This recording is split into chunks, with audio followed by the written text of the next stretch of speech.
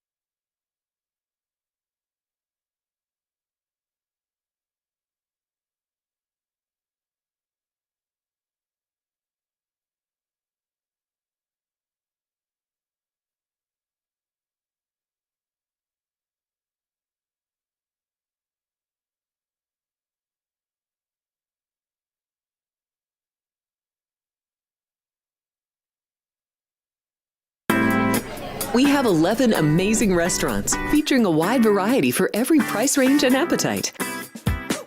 South Point's Garden Buffet has something for everyone at unbeatable prices. Or, if hunger strikes in the middle of the night, join us at Coronado Cafe.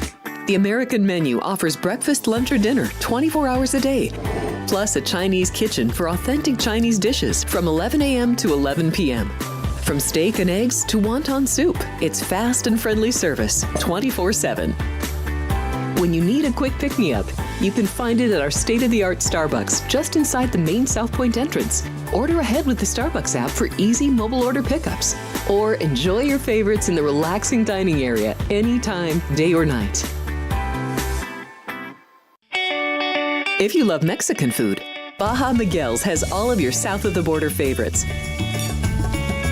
There are dozens of classics to choose from, like fajitas, ceviche, chimichangas, tacos, and more. And for spirit lovers, Baja's colorful non-smoking tequila bar is right outside.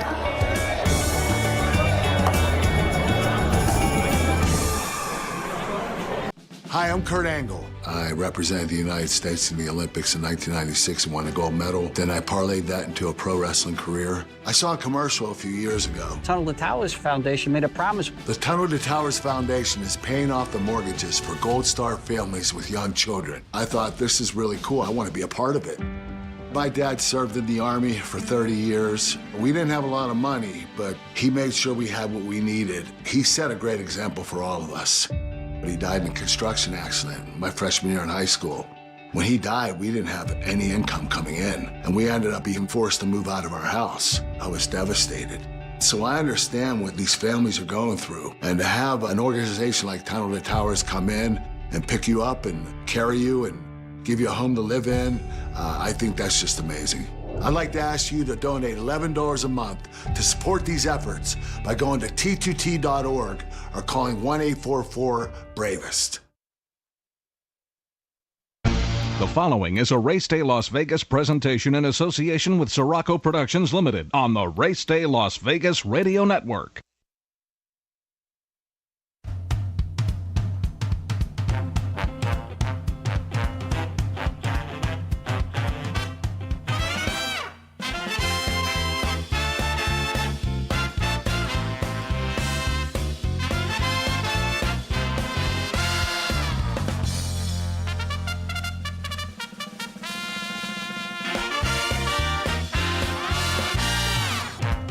Live Live from the gaming capital of the world, time for Race Day Las Vegas, covering the sport of kings with a Las Vegas perspective.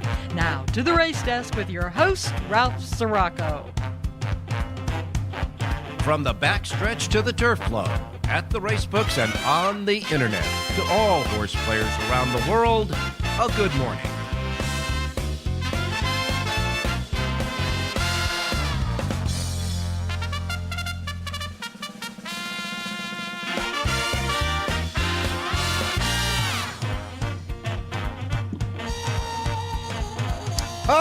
Alrighty. Good morning, everybody. Welcome to the Race Day Las Vegas radio program for this Friday, this Good Friday. For those of you who are Catholic, it's a Good Friday.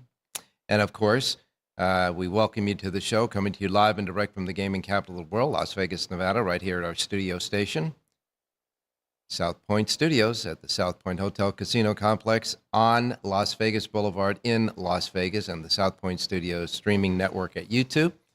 Our local radio station, our anchor station here in town, is also Race Day Las Vegas, covering on the Sports Talk radio station, Sports Talk 1400 AM, 107.1 FM. And then all of our, websites, racedaylasvegas.com, .vegas, .world, .global, iPhone, Android, and Google, covered by the apps, the KSHP app that you can hear us through the radio station, the YouTube app that you can see us through the YouTube app as well, and of course anywhere you get your podcasting. Simply put, however, wherever and whenever, welcome to the Race Day Show. See, you can see behind me right now, there it is, 15 days to go until the Kentucky Derby. Derby Day, 15 days away. Oh my, oh my, oh my. And taking a look at some of the Derby news, as you know, we try to keep track of the horses that are intending to go in, the horses that are out, bada bing, bada bang, bada bung. So here's the latest one. California Burrito. This is the horse that won the John Battaglia, and it also ran in the Jeff Ruby at Turfway Park. California Burrito is sitting at position number 25. Needs 5 horses to defect in the field from now until they draw for the post positions, and they draw for the Kentucky Derby 1 week from tomorrow is when they draw. California Burrito, his off of the Churchill Downs notes, says that he is still in Kentucky Derby consideration.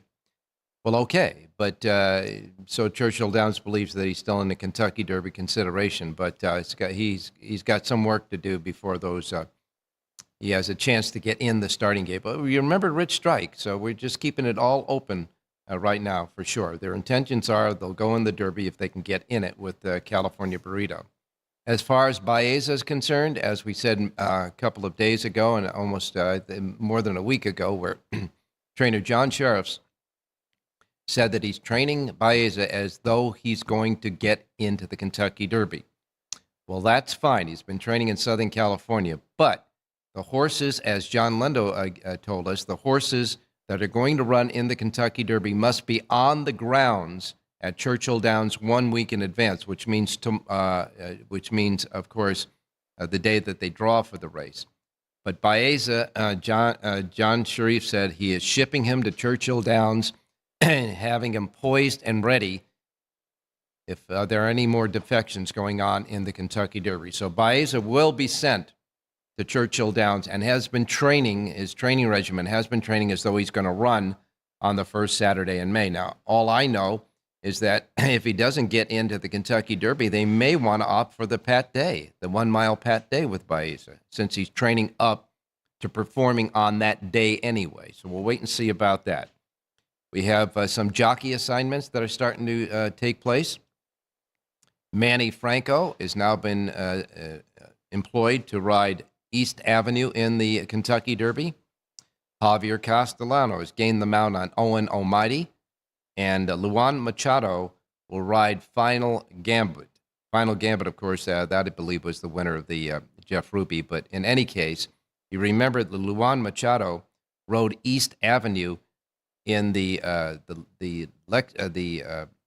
Bluegrass Stakes and had that great performance that finished second in the Bluegrass. Machado was on East Avenue for that, but he opts to go to Final Gambit. So he's going to be riding Final Gambit. leaving Manny Franco open to ride East Avenue. So those are some of the jockey assignments of the horses that haven't already had jockey assignments. We'll get to more of those jockey assignments on tomorrow's show. But those are the latest that's happening as far as the Kentucky Derby and jockey assignments for the horses that are in right now, the top 20 for the Kentucky Derby. So you got all of that going there, okay? As far as the Kentucky Oaks, we haven't talked much about the Kentucky Oaks, but the Kentucky Oaks favorite, the Brad Cox trainee Gold Cheer, who is expected to be the favorite in the Kentucky Oaks, worked 5 furlongs at Churchill Downs yesterday in 59.45 seconds. 59-4, that's a moving along for Gold Cheer. Galloped out 3/4 of a mile in 1:13 flat. She is, of course, undefeated, and she goes in the Kentucky Oaks as the favorite in the Kentucky Oaks on Friday, the day before the Derby, which means 2 weeks from today will be the Kentucky Oaks Day. Okay, folks?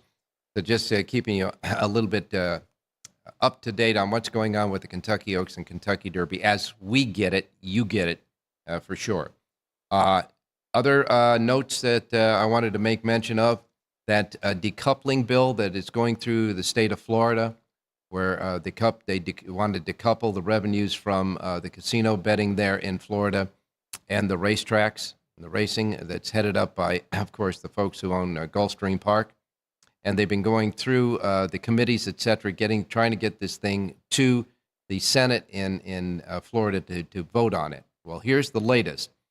Yesterday, Governor Ron DeSantis showed up at one of the events at the breeding farms in Florida, and he said, quote, he is not a fan of the decoupling in the bill that's moving forward, and his public support is for defeating the decoupling bill in Florida. He doesn't want it decoupled. So they've got the governor behind them in Florida for that one. And we will wait and see about that. That bill continues to move forward, although there have been a few amendments to the bill that kind of helped out for horsemen. Not enough. And Governor DeSantis says that he is not a fan of decoupling and doesn't want it in his state. That's good news for horse racing. As far as Northern California, you know that the Northern California fairs have been trying to get together, some of them, to have a Northern California fair meeting up there. Now, the Humboldt County Fair and the Alameda County Fair got together and made a presentation to the California Horse Racing Board yesterday to conduct racing, thoroughbred racing at their fairs, at the Alameda County Fair and the Humboldt County Fair. But after the meeting was concluded, the California Horse Racing Board voted against it and rejected that proposal. So right now, it doesn't look like there's going to be any racing in the Northern California fairs. We'll get maybe the latest on the reaction on that from John Lindo a little bit later on. As far as the races yesterday concerned at Keeneland Racecourse, well, first race winner paid $6.54. Rich Eng's selection in the race finished second, but the winner paid $6.54. Second race winner paid $9.40. The third race winner paid $4.96. Fourth race winner paid $4.38. You get the gist of what was going on early. However, when they got to the fifth race, the payoff race in the early pick 5 and early pick 4, that fifth race winner paid $54.26. John Velasquez rolling up the rail to get the win in the turf race, 5.5 furlong turf race there for trainer Vicky Oliver. $54.26. That caused an early pick 5 of $2,834.05. Then the sixth race, Casica won that for Iret Ortiz Jr.'s first win of the day for Brendan Walsh, paying $4.84. Came back in the seventh race for a $6.02 winner. Todd Pletcher and Ired getting together for that, so Ired won 2 in a row.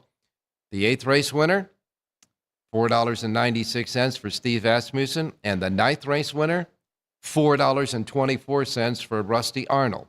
So you can see that outside of that $54 horse, the next highest price was $9.40, and everything else was in the $6 and $4 range yesterday at Keeneland. So 7 out of the 9 races yesterday at Keeneland were won by the odds-on favorites there. Now, the late pick 4. exempted that $54 horse, 484, 602, 496, and 424 the prices. That pick 4 paid $36.70. With the $54 winner beginning the late pick 5, added to those horses I just gave you that paid off $36.70 in the pick 4. The $54 and change horse in the pick 5 created a pick 5 payoff of $2,113.35. A difference of $2,076 and change between the pick 4 and the late pick 5 yesterday at Keeneland by virtue of that $54 winner. And as a matter of fact, that $54.26 winner, if you combined the win mutuals of all the other races yesterday at Churchill Downs, that only came to $45.34. So the $54.26 winner paid off more than the combination of all the other winners yesterday at Keeneland. Pick 6, by the way, paid $4,427.98. Aqueduct. A lot of doubles yesterday at Aqueduct.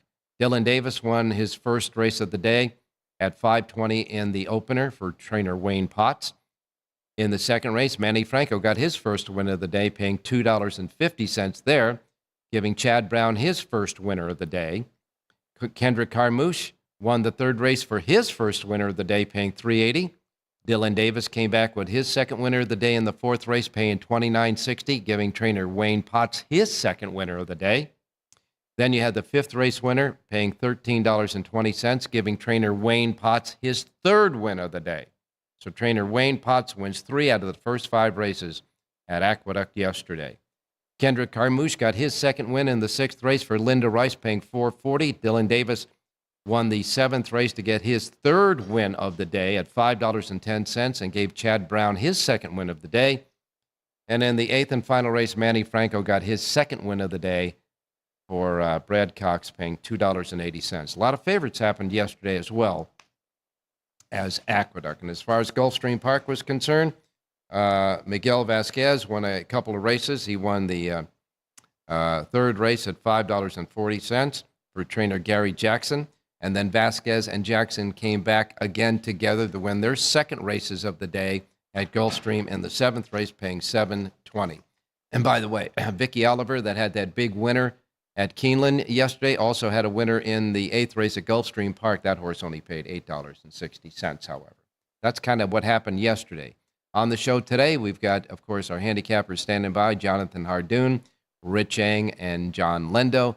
Jerry J is still on his little holiday vacation, but he sent his feature play pick for the day that I'll give you as well. He's got a pick at both Santa Anita and at Aqueduct. And don't forget, today is opening day at Santa Anita for the Hollywood meet. So we got Santa Anita back on the docket as well for the menu. Your racing menu comes up next, along with the handicappers. So without any further ado, we'll take our first break on this Good Friday, reminding you to join us on the chat room. The chat room, of course, at the Race Day Las Vegas position on YouTube. Just get to the Race Day Las Vegas page, hit Race Day Las Vegas. You'll see the chat box on the right-hand side. Subscribe. Subscription is free. And then you'll be off and chatting, and it's very busy today on the chat box. And we have a little surprise coming up for that chat box a little bit later on, so don't go away. South Point Casino has plenty of attractions for the whole family. Catch a movie.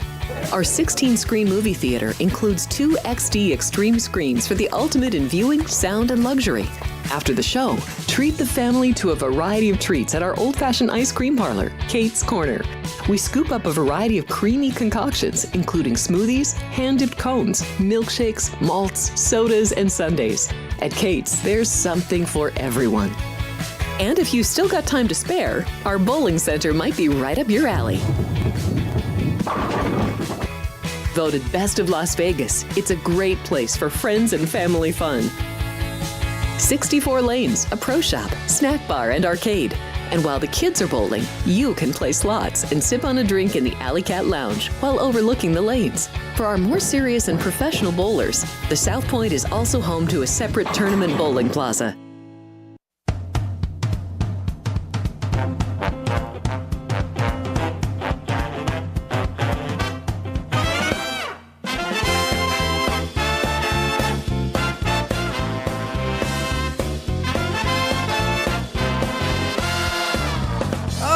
back on the Race Day Las Vegas show for this Good Friday. I want to remind everybody about a few things happening. The Kentucky Derby preview show will be on Wednesday, the 30th of April. It'll feature all our handicappers and guest handicappers as well. That starts at 3 p.m. Pacific time, 3 p.m. Pacific. It's only seen on the YouTube streaming channel. It's not going to be on any of the other simulcasting that we have on our regular shows. Only the YouTube streaming channel on YouTube at 3 o'clock on Wednesday, April 30th. And you want to watch that show because we're going to have something special for our chatters that chat on the chat box on that special show. Mark it down. April 30th, Wednesday, April 30th, 3 p.m. right here at the YouTube streaming network, but only on the YouTube streaming network. Keep that in mind. And that'll start off a big weekend of all the promotions we have here at the South Point. Of course, the Kentucky Derby seminar itself, featuring John Lindo and Jonathan Hardoon, will be on Friday, Kentucky Oaks Day, following the races concluding in Southern California. We'll take the stage at the Grandview Lounge, and we'll go over the Kentucky Derby and some other key races on Derby Day. Big day of racing on Kentucky Derby Day, in addition to the Kentucky Derby. 8 more stakes races on that card. We'll see if we can find a few more winners on those as well on the seminar. That's Friday night, 6 p.m. in the Grandview Lounge. And that, of course, is the lounge where they usually have entertainment. So it's set up real nice with the tables and chairs and all that. You can also get a drink on while you're watching us do the seminar. And it's free. And then, of course, the Kentucky Derby party in the exhibit hall the next day, celebrating the Kentucky Derby and all that surrounds it, with the hat contest that has cash prizes to it, a bank of betting windows, betting kiosks, food and beverage discounts, big banquet tables. So bring your friends and enjoy the Kentucky Derby with us. I'll be there along with John Lindo and Jonathan Hardoon. Love to say hi to you. Come on out, find our table and say hi on Kentucky Derby Day. Those doors open at 9 a.m.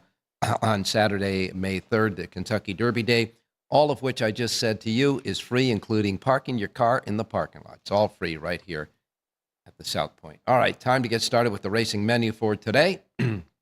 As we always say, the racing menu, first post times on the racing menu each and every day reflect that of the Pacific time zone, because we're in the Pacific time zone here in Las Vegas, and these will be the first post times that rolled out in our race books today.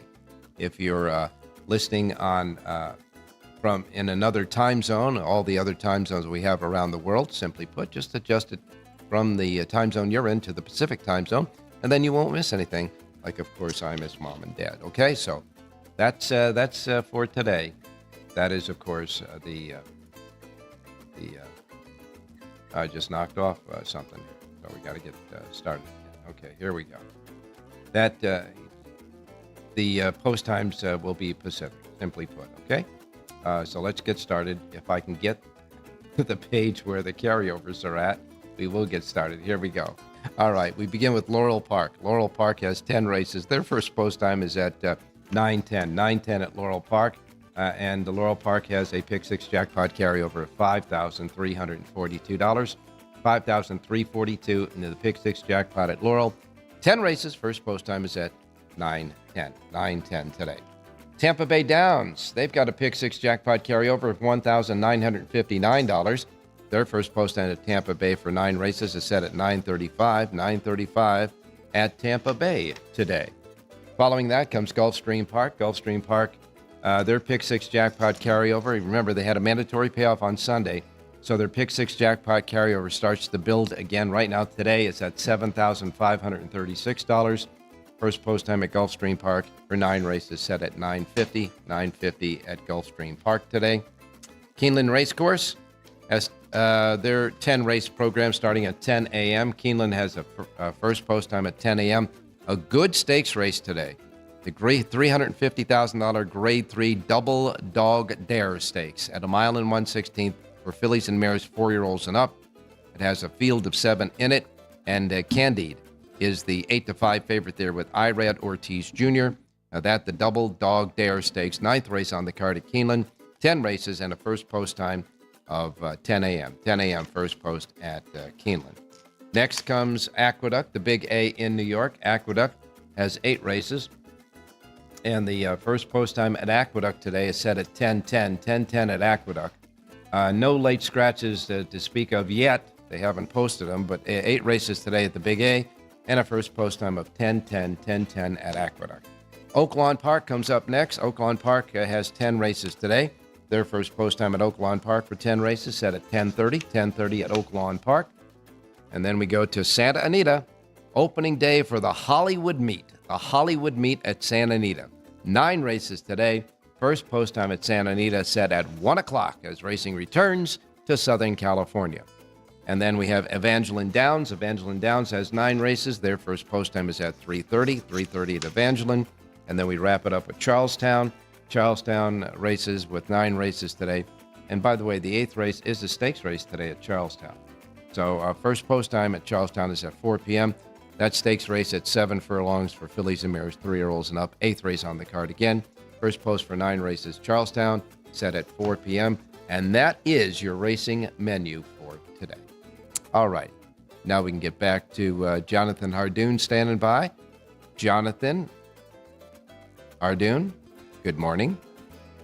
Good morning, Ralph. How are you? I'm doing fine, my man. How are you?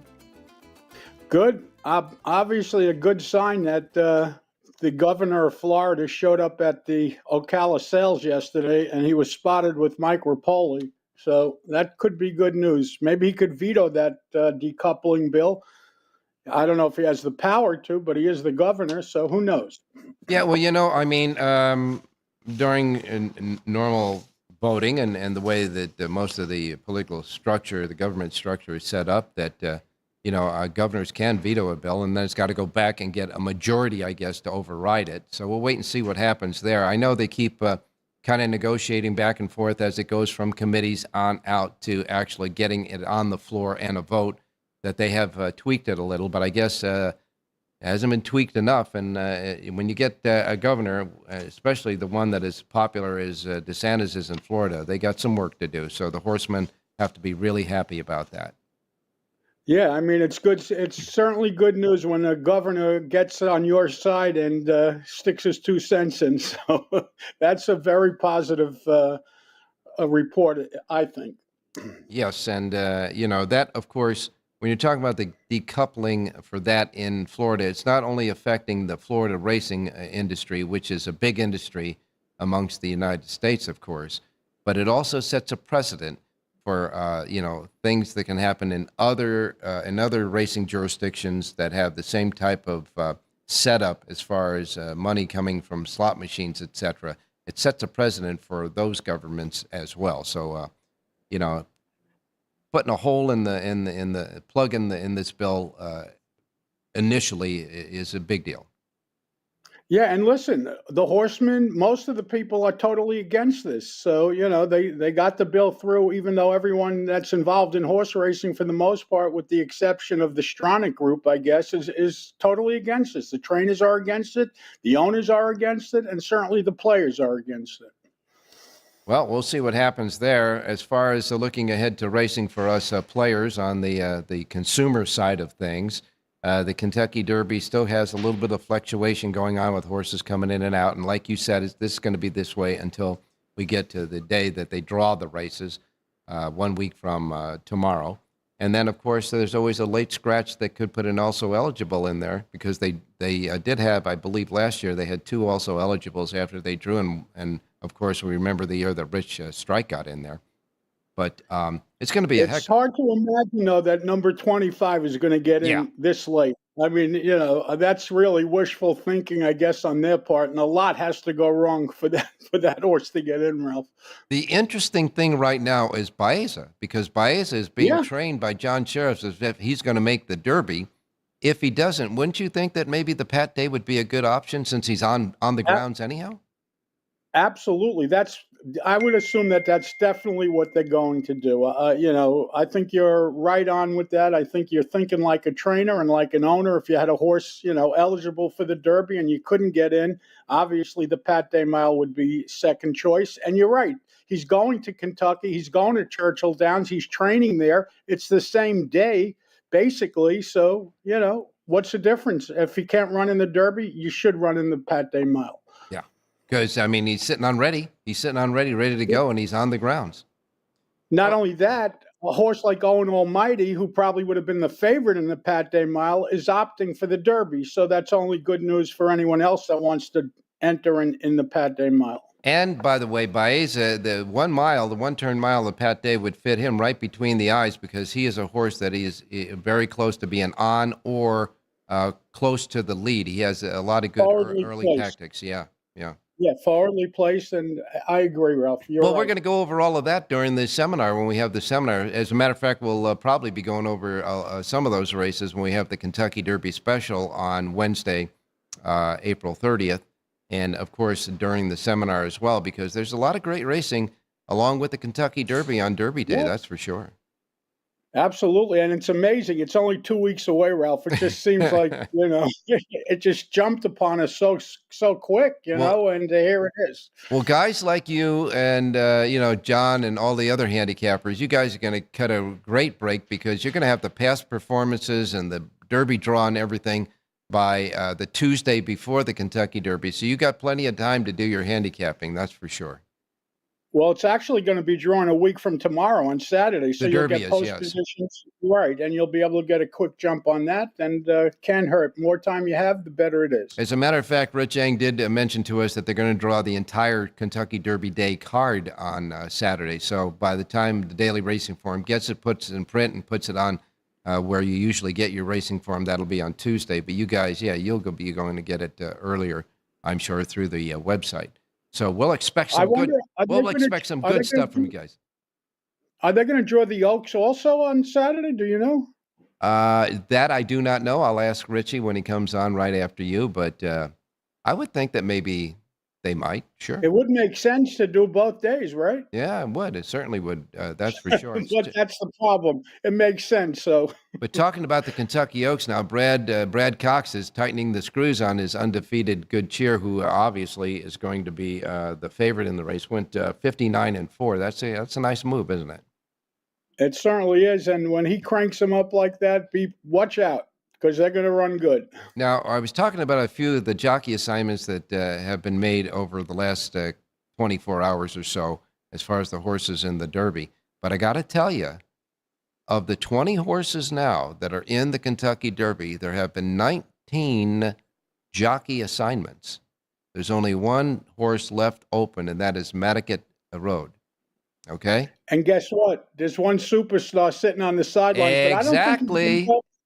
I don't think he's going for Matticat Road. He may be waiting to see if Baez or whatever, however you pronounce his name, Baez gets in, because he may have his eye on that horse. But who knows? You could be sure he will be in the starting gate come Derby Day. And we're talking about Flavian Pratt. Flavian Pratt. That is correct. We're talking about Flavian Pratt. Now, his main clients, Chad Brown and Brad Cox, I would imagine that at the beginning of the year, he thought that for sure he'd be riding on something that would be close to being a favorite for one of those two guys. But as it shook out, he's still sitting on the sidelines now after all the other jockey assignments. So it's going to be real interesting to see what happens. And like I said, hey, it's better to ride Matticat Road and get in the starting gate and then not ride it. And after all, you are riding for Bob Baffert. So we got to wait and see about that. I got to ask John Lindo if he has any inside track on what's going on with that a little bit later on in the show. Hey, by the way, Ralph, he opted off of the maiden that he rode the last two times for Asmussen. Yeah. So obviously, and that horse ran well in both of those races. Yep. He finished second and third, I believe. So if he was willing to take off of that horse, obviously there's things going on behind the scenes that we are not privy to. Well, here's the thing, sometimes when you get to a big race like the Kentucky Derby, the trainers need and the owners want to make a decision on who's going to ride this horse earlier than maybe most other stakes races during the year. They want a commitment. They want a commitment. And maybe maybe he likes the horse, and obviously he does. He rode him the last two times, so he knows what was under him. Maybe he was just waiting and rolling the dice and couldn't make the commitment when they wanted to. And not only that, but not making that commitment, you still had Ired Ortiz Jr. that was floating out there opening. So you sit there and say, hey, listen, I can get Ired right now. You're not committing to me. I got to go that way. Maybe that was the decision being made. And maybe with the fact that Tyler Gaffalione and Luis Saez were hurt at the time, maybe who knew, maybe he was wondering if they'd be okay. I mean, Luis Saez is obviously back riding, but he's going to ride a horse for Brad Cox in the race. Street, whatever his name is, one of the favorites, actually. So maybe he was not hoping that Saez wouldn't be back in time, but maybe he was, banking on something like that. Who knows, Ralph? But believe me, he's not going to sit home and watching TV on Derby Day. Well, let's hope not, but we'll wait and see about that, and certainly we'll keep an eye on that one. That's for sure. But the horse I think that you're talking about that Luis Saez is riding is Tappet Street. Right, for Tappet Brad Street. Cox, who will be one of the choices in the race. Well, he should be. He won the Florida Derby.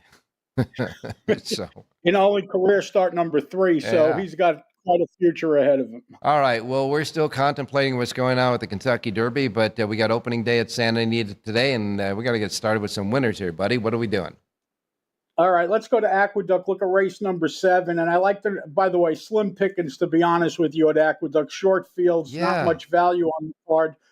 But I like the number 1 horse in the 7th race today. Everyone Loves Linda. This is a 6-year-old mare who's been claimed in her last 3 starts. Now she's in the Richard Dutrow barn. Eric Cancel aboard to ride. She's listed at 3-1 on the morning line.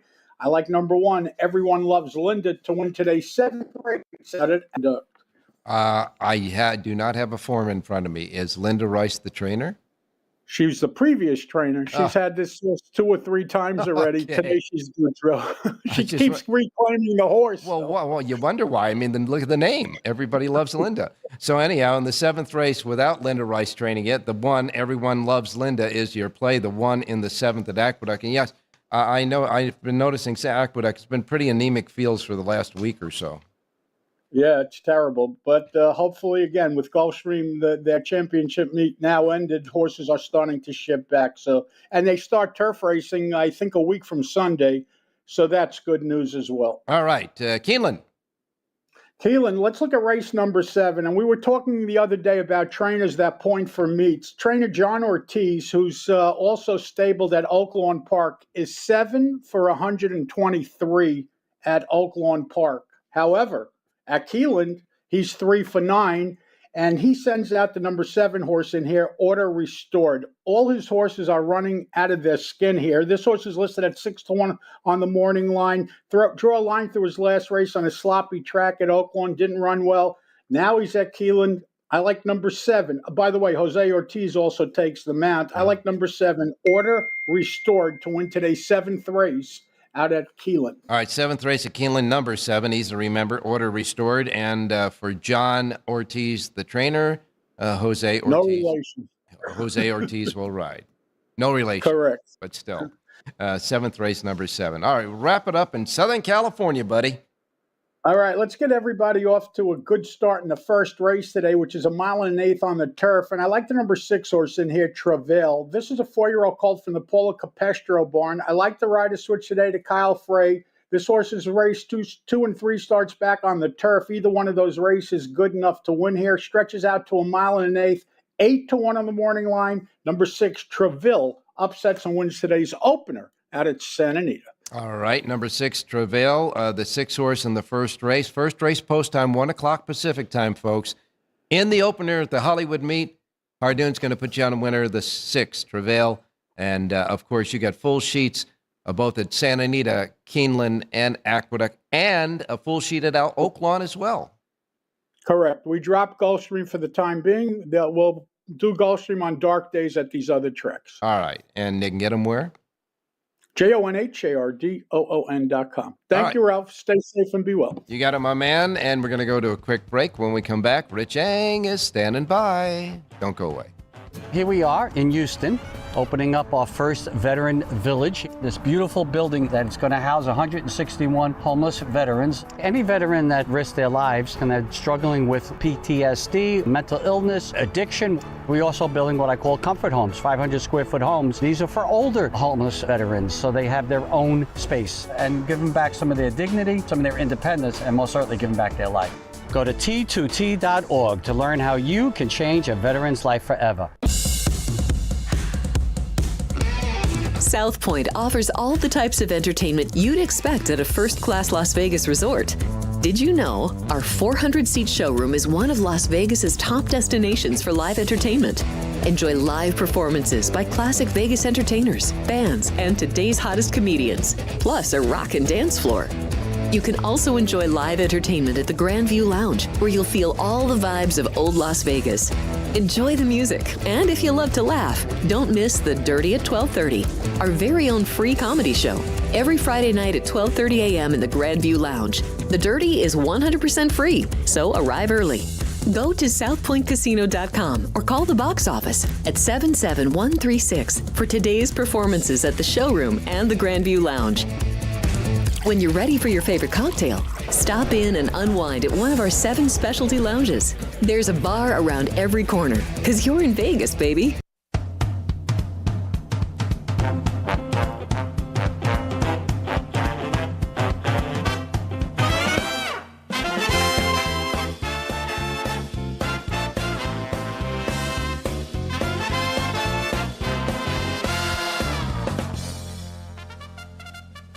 All right, back on Race Day Las Vegas. Time to go out to Rich Eng standing by. Richie, good morning. Hey, good morning, Ralphie. Good morning, viewers. Good morning, listeners. Interesting day of racing both at Keeneland and really at Aqueduct, too. There were a lot of favorites there. Just one big long shot. Keeneland really made the picks happening as far as the pick 5s and pick 4s, but otherwise, kind of a chalky day at both places. And Jonathan Dardoon did ask me a question that I wasn't quite sure about. Maybe you would know since you're with the racing forum there. Will they be drawing the Kentucky Oaks Day of Racing a week out as well as the Kentucky Derby Day of Racing? Well, last year, if I remember correctly, Ralph, they drew the Oaks on Friday and they drew the Derby on Saturday in separate they had the draws like in that brand new paddock that they have at Churchill Downs. I don't know exactly when they draw the rest of the card, the undercard, but they're going to be available soon enough. And I think you'd mentioned something, you and Jonathan, about the fact that even though the hard copy of the Kentucky Derby Advance won't be available till Tuesday morning, if horse players out there do have an online account at drf.com, you can actually get the online past performances a lot faster because obviously you don't have to wait for the print. Mm-hmm. You can just download them when everything's all typeset up on the internet. So if you have a drf.com account, you can actually get the PPs faster. And I want to remind everybody, too, that a lot of handicappers, a lot of us old handicappers like to mark it with our pen, maybe different colored pens, or our pens do a lot of notations on it. Well, you can do that by getting the one earlier on the internet and just print out those things, and then you can write on it as well. So it'll work out just fine. But last year, as you say, they drew for the Kentucky Oaks the day before the Kentucky Derby. So if the Derby is drawn 1 week from the Derby on Saturday, we're assuming that the Kentucky Oaks will be drawn 1 week from that Friday of the Kentucky Oaks. Yeah, that's what they did last year. So if they do the same thing, that'll be the timeline. And all I know is, Ralph, it's plenty of time for us to handicap. Yeah. There's going to be no shortage of additional time to handicap. Yes, and we got a lot of races to do, though. But yes, that'll be a labor of love, so to speak. In any case, you have 2 sheets today available at the racedaylasvegas.com website. You got a full sheet for Keeneland, a full sheet for Santa Anita. So we almost got the money yesterday at Keeneland. We finished second in the opener. The horse had the lead all the way until the final couple of jumps, and then he got nailed by the horse, the favorite, that paid $6 and change. So let's get going today. Where are we going first, Keeneland? Yeah, the last 50 yards of that race was 50 yards too long for that horse. Mm-hmm. But let's go to Keeneland's 10th, Ralph. It's a mile and 16th on the grass.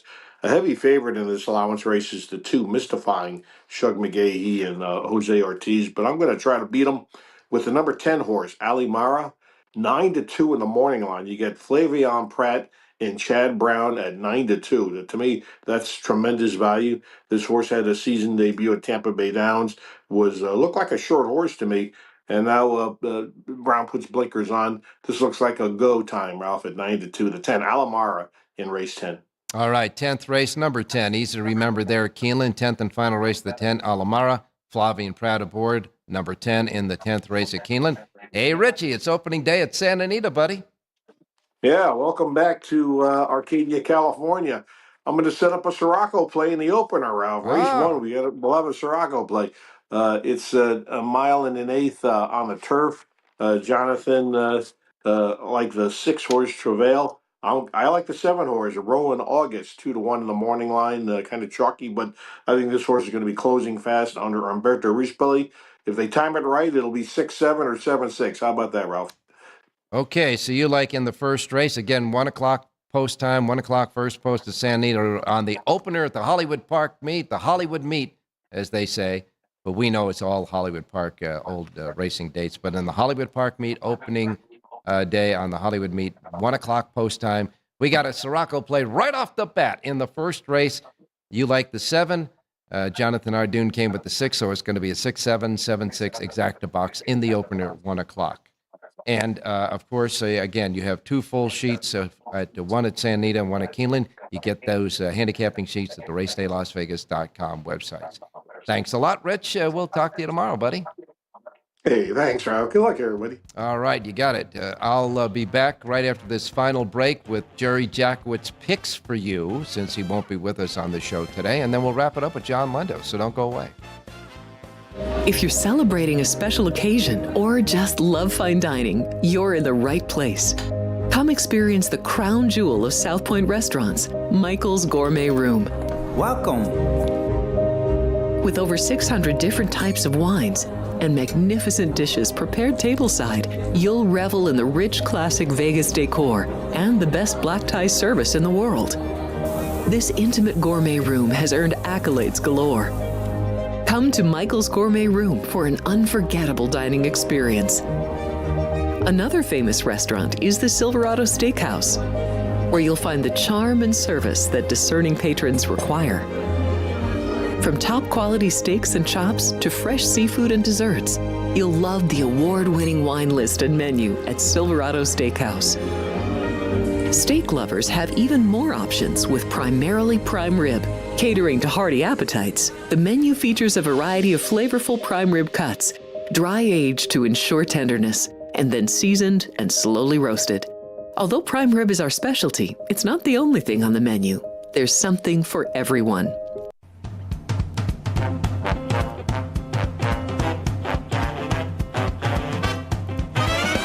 The Race Day Las Vegas Show, the only exclusive daily local media racing information source in Las Vegas.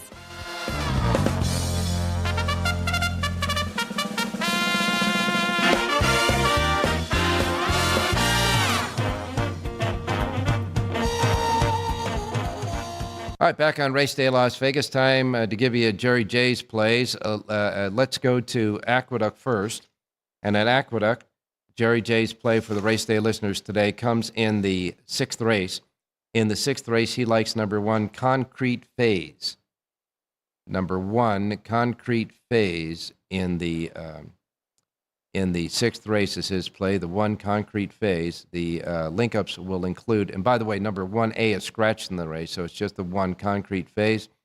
And the link-ups are numbers 4 and 5. So in the 6th race, the 1's the key. 4 and 5 are the link-ups there. You can scratch the 1A and the 1A in that race, the other half of the key entry, and the 6 as well. So it's 1 over 4-5 at Aqueduct in the 6th race. And then we'll go to Santa Anita today. The Jerry J's Power Page is Santa Anita. In the 2nd race, Jerry J likes the 6, Blue Fashion. Number 6, Blue Fashion is his feature play. 6-1 on the morning line with Hector Barrios aboard. The 6, his link-ups are 2, 3, and 5 and reverse. The 6 over 2, 3, 5 in the 2nd at Santa Anita. And remember, Jerry J's has his Power Pages, full Power Pages for today at Aqueduct and Santa Anita at jerryjspowerpage.com. All right, let's go to John Lendo standing by. John Lendo in Southern California. Hey, they're back racing in Southern California, John. Yeah, it's been a while. I tell you what, it feels like we've been gone a few weeks, but it was just really one weekend we lost, but glad to be back racing. John, I guess the California Horse Racing Board put the kibosh on any chances of getting Northern California Fair racing started this year. They rejected the proposal by the Alameda County Fair and the Humboldt County Fair for any racing in Northern California. Any feedback? Well, they turned down the Pleasanton Fair. They did not, the way the vote went, there really wasn't a decision made on whether they're going to run at Ferndale, but it doesn't look good this late trying to get to the Ferndale meet, which would be run during the Del Mar meeting. And they needed a certain number of votes. A couple of the commissioners were not there, so they didn't have the right number of votes to officially call that off. So we'll see where that goes, but it looks pretty doubtful there'll be any racing in Northern California this summer. Would you then say that the term might be that the one Northern California fair that is still kind of alive is on life support? That's optimistic, I think, Ralph. Oh, okay, all right. Because I just my feedback and what I got out of my research was they just rejected both of them. But if one is still minorly alive, we'll keep our hopes going for that. Today at Santa Anita, I guess the weather is fine and we're getting ready to go, huh? Yeah, it's going to be, I think, high 70s, low 80s. It'll be nice and fast and firm, obviously. And we'll see if the track has changed at all. They've had a couple weeks off, and I honestly have no idea how the main track's going to play today. We'll just assume it's going to be fair and adjust from there. Well, 9 races today at Santa Anita, and the first race starts right off the bat on the turf course. So I'm assuming that the turf course, after quite a long period of time without being used as far as racing, meets are concerned, that it should be in good shape. Yeah, the 2-week break will help the turf course more than anything else. It was starting to get a little bit beat up because they use it so much, and we didn't have a ton of rain this winter, so they didn't get any really prolonged breaks, but we'll see, and they're going to use it a lot this weekend. They're going to be busy on it Friday, Saturday, and Sunday, and just a note, Ralph, on Easter Sunday, with so many other tracks not running, Santa Anita will go to a noon post time for Easter Sunday, 1 o'clock Friday and Saturday. Yes, on Easter Sunday, this coming Sunday, there will only be 3 racetracks on the racing menu, just 3 racetracks on the racing menu. Keeneland won't be running on Sunday. They take Easter Sunday off. A lot of other racetracks do the same. So we'll have 3 tracks, and again, like you said, the early post at 12 noon at Santa Anita Pacific time on Sunday. John, we've got Flavien Prat just kind of dangling out there, and there's only one horse left that we know of the 20 that are eligible for the Kentucky Derby right now that is without a rider, and that's Bob Baffert's Matticat Road. Well, per the notes from Dave Grenning at Daily Racing Form, who does a terrific job, he spoke to agent Brad Pegram, the agent for Flavien Prat, and he says Flavien will ride Baeza if he gets in the race. At entry time, if the other horse is still, maybe that's why Bob Baffert is keeping his horse open. If that horse does not get in, then maybe it's the fallback position for Pratt, but that's not official. Well, I got to tell you right now, Pratt would have has a lot of influence if that happens, because I'm sure Bob Baffert would like to get a rider from Matticat Road. But most of the riders that he uses, of course, Juan Hernandez doesn't have a mount in the Kentucky Derby yet, right? No, he does not. So again, it's not going to be hard to get a rider for the Kentucky Derby if you need one. So no, either one. That's he can wait as long as he needs to. Yeah, and the thing about it though is that Hernandez does ride almost first call exclusively for Baffert. So we'll wait and see about that, how that weighs itself politically between that and getting a chance to have Flavien Prat ride your horse. And if Baeza gets in, well, then there's no controversy whatsoever. That's for sure. But there'll be riders available for especially a Baffert horse in the Derby, no matter what. Okay, today at Santa Anita, I would imagine conditions are fast and firm. So what are we looking at for a pick on the opening day? Well, we'll do one at both Keeneland and Santa Anita today, Ralph. I did Linda reports for both. So let's go to Keeneland first. I sent these in last night, race number 6, and there are 3 late scratches in here, which kind of decimates the race. Yeah. But there should still be a fair price on number 1, Up the Creek in here, who was 15-1 on the morning line. This is a horse that got in a prep at Oaklawn Park, likes Keeneland. It has some tactical speed, and the key here is the distance. I think the 6.5 is going to help this horse more than the others. So I'm going to guess maybe 4-1 as opposed to the 15-1 morning line number 1 up the creek, race number 6 at Keeneland. And the 6th race at Keeneland at 6.5 furlongs had an original field of 8, but scratched the 4 Cookie Lover, the 6 Modern Sound, and the 8 Laurie's Secret. 4, 6, and 8 are out of that race.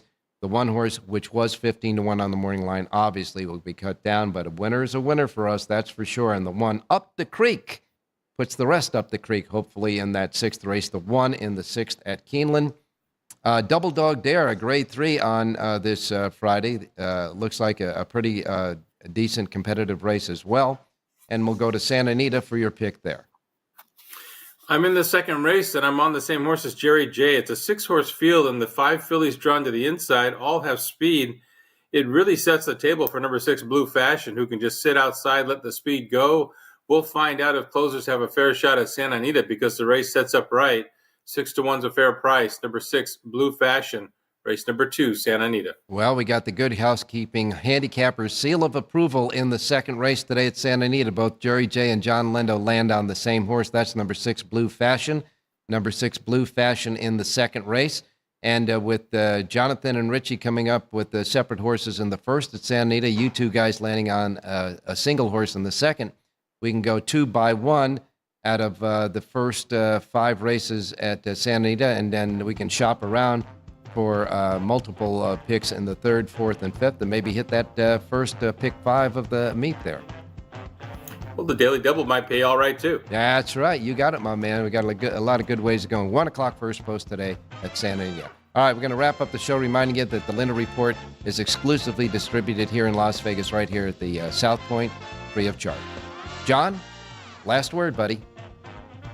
Have a great race day, everybody.